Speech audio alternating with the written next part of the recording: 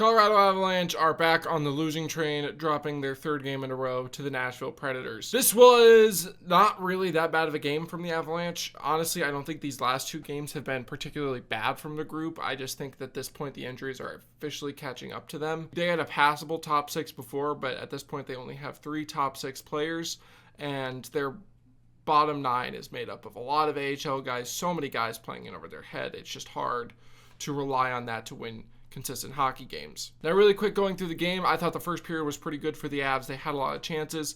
Nashville had the majority of the possession, but the Avs were more dangerous, missing a few chances here and there. Nikita Prishchepov got his first NHL game tonight, and he was pretty noticeable right from the jump. I thought he was one of the Avs' best players today, and we'll get to that later.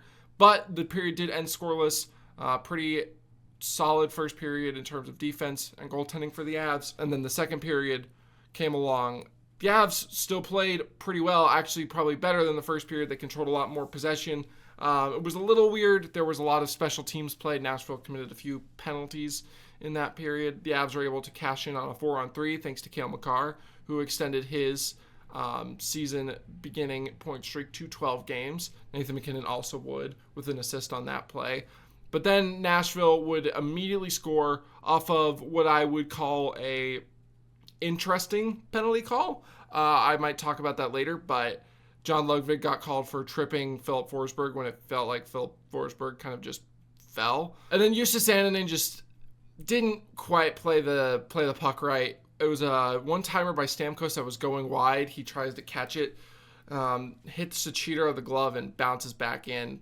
Everybody thought it went in off of O'Reilly, but they tied the game. The Avs still played pretty well. They had a lot of chances, and then Colton Sissons would get his first point of the season against the Colorado Avalanche, because of course he would, off a pretty nice tip, and that would kind of really make things feel bad for the Avs, considering they had controlled play and been the more dangerous team for the majority of the game up until that point. Now, the third period was not the greatest for the Avs to start. They had some good momentum. Nashville locked things down a little bit, made it a little bit tough on the Avs. Joel Kiviranta would take an offensive zone penalty. On the ensuing power play, Roman Josi would cash in for his first goal of the season. There was a bit of chaos going on. A puck popped out to him in the slot, and he just fired one past Annunen. It's one I'd really like him to save, especially after that first goal. The Avs would continue to push. They had a few chances. Really, this game, they had plenty of chances to win.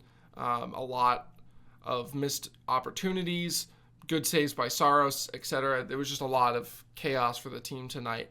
They would pull the goalie with about 3 or 4, I think it was about 3 minutes left. MacKinnon would score a crazy backhander to pull the Avs within 1, and then make just a terrible turnover that the Predators would capitalize on and score an empty net. Really, these games that the Avs are losing, I'm pretty sure they've given up an empty net goal in every single one.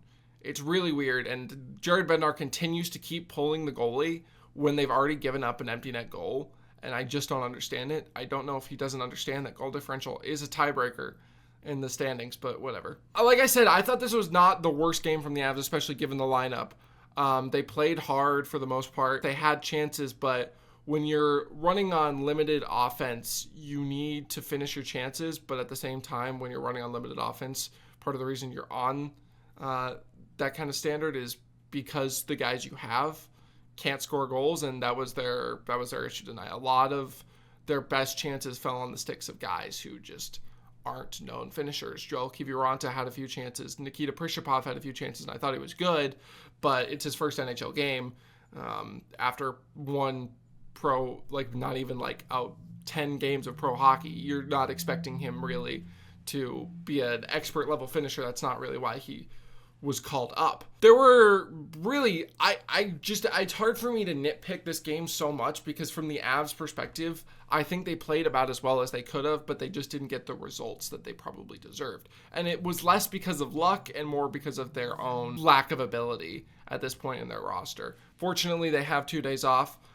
so that'll be a good time for them to regroup and everything, kind of reset. I will say the one thing I really didn't like tonight was the Avs personnel management. I didn't like the way Jared Bednar was playing his lines. He has Oliver Shillington as a forward, and he's barely playing him, to which point I'm like, why? Just play 11-7. and sprinkle him in when you can. Like, it's fine. Like, you're literally getting as much. I just don't think it makes sense. You're effectively running 11 forwards anyways. Why does it matter? I thought he was fine as a forward. I think I'd really like to see him actually play defense at this point, and I'm kind of getting tired of seeing him play forward. And, like, I don't know. I feel like they need to give him a little bit more of a leash than they have so far. They're not putting him in a position to succeed, and that's something that's frustrated with me with Bednar. And like I said, previously Nikita Prishchepov was playing really well in the first 2 periods of this game, and then the game became close and he barely got to play. And I understand he's a rookie, but you're playing guys who I didn't think were particularly playing very well. Chris Wagner is just not going to give you any offense. TJ Tynan, same thing. I just learned today that he has apparently never scored a goal in the NHL. Him and Nikita Prishchepov have the same amount of goals, and even dating back to TJ Tynan's original start with the Avs, I can't remember a time where he was as dangerous as Nikita Prishchepov was. And that's just something I don't understand. They were playing their fourth line, who did nothing all night and just has no offensive really ability. They were down a goal or two, and they were still rolling out the fourth line. He pulls their goalie for a second time and then rolls out Joel Kiviranta and TJ Tynan, and I'm just confused. Why are you pulling your goalie at that point? They're not going to score. Their chances are so low. The risk reward is just so skewed in the negative direction. I think at this point they have to split up MacKinnon and Rantanen.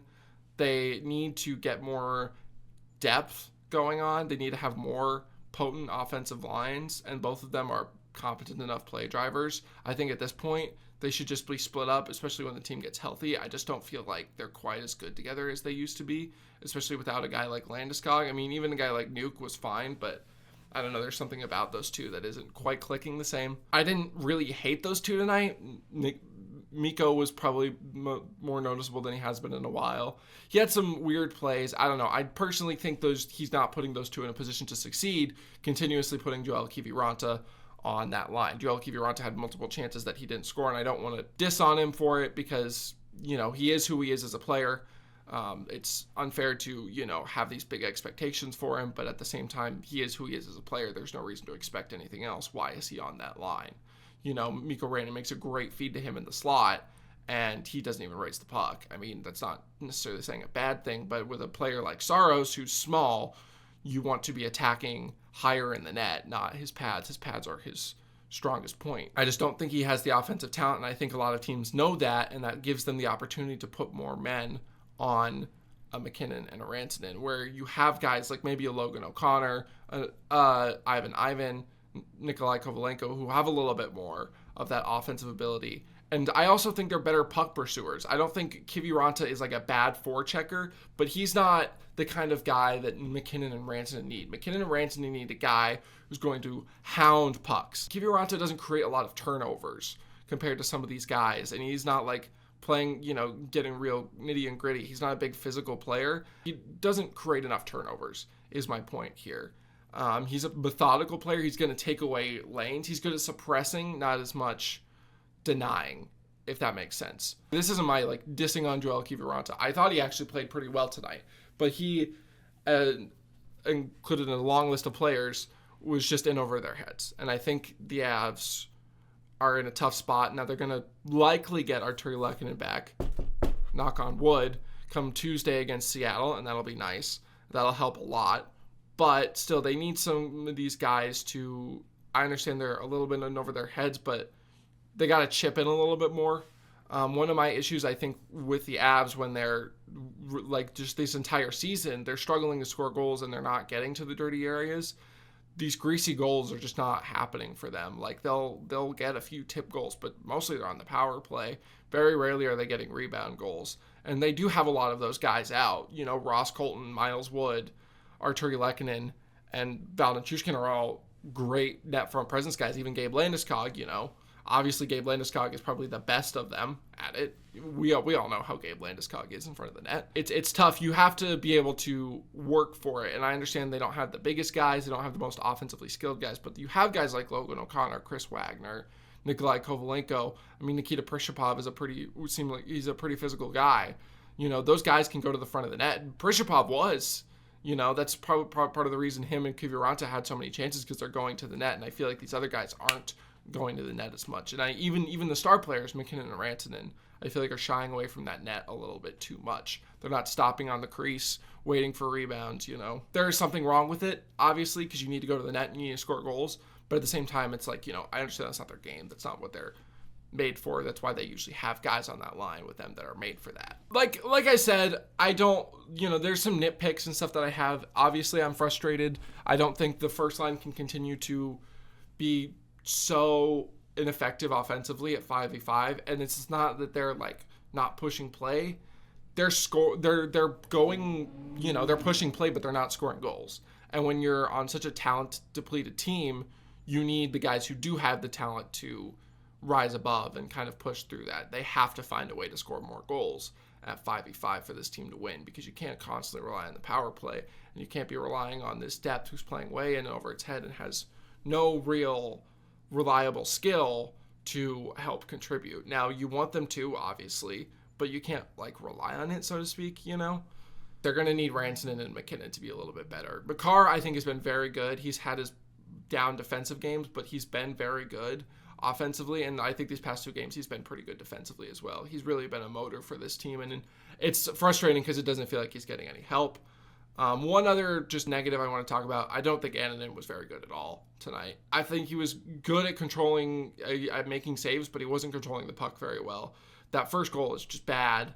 And then the third goal isn't anything special, and after you give up that first goal in a 1-goal game, you want your goalie to make that save. I think Annunen will be a fine backup, but I still do think this team needs to make a legitimate move for a much higher caliber goaltender. But let's get into some positives really quick. We'll hit our headliners.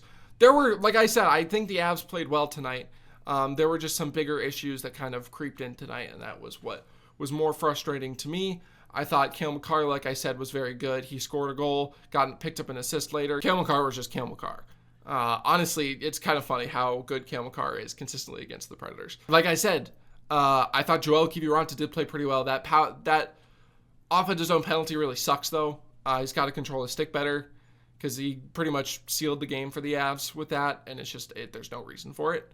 But on the game, I thought, he was creating chances. He was getting into the dangerous areas. I also thought Mikko Rantanen was solid tonight. He was a little bit tough on the puck, but I felt like every time I saw him turn it over, he had 2 guys on him, and I do think part of that is because of other teams' lack of respect for Joel Kiviranta, and I think that's its own thing, and I do think Mikko needs to be better, but I think, this was a good step in the right direction for him. He almost scored a really nice goal, hit iron, unfortunately.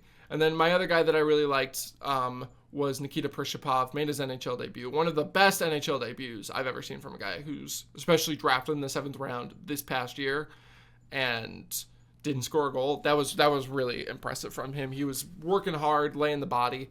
I was really impressed with him tonight. As far as under the radar guys, I don't know. I thought John Ludwig was all right.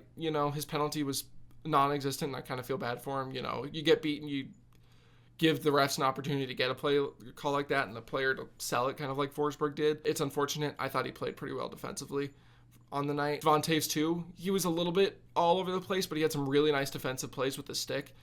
Offensively, he wasn't quite as good. He had a few chances and he kept missing the net. He's really looking for that first goal. Really, I don't have much else to say about this game. It's just frustrating with the injuries. But they'll be playing Seattle at home on Tuesday. They really need to win this game, in my opinion. You can't have another 4-game losing streak, like I said.